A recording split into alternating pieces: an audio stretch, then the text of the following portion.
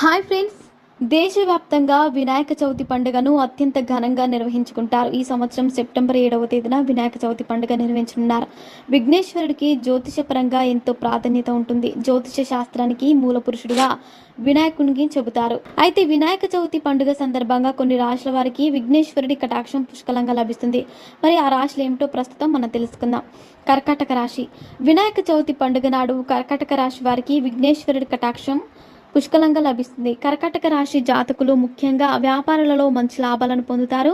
ఉద్యోగస్తులకు ప్రమోషన్లు వచ్చే అవకాశం ఉంది. విద్యార్థులు పోటీ పరీక్షలలో విజయం సాధిస్తారు. వినాయకుడి కృపతో కర్కాటక రాశి వారికి సకల శుభాలు కలుగుతాయి. ఈ సమయంలో ఆర్థికంగానూ ప్రయోజనాలు చేకూరుతాయి. కన్యా రాశి. కన్యా రాశి వారు వినాయక చవితి నుంచి కొన్ని శుభవార్తలు వినే అవకాశం ఉంది. ఈ రాశి వారికి వినాయక చవితి నుంచి అప్పుల బాధలు తీరిపోతాయి. నూతన ఆదాయ మార్గాలు కనిపిస్తాయి. వినాయక చవితి సందర్భంగా వీరు శుభవార్తలు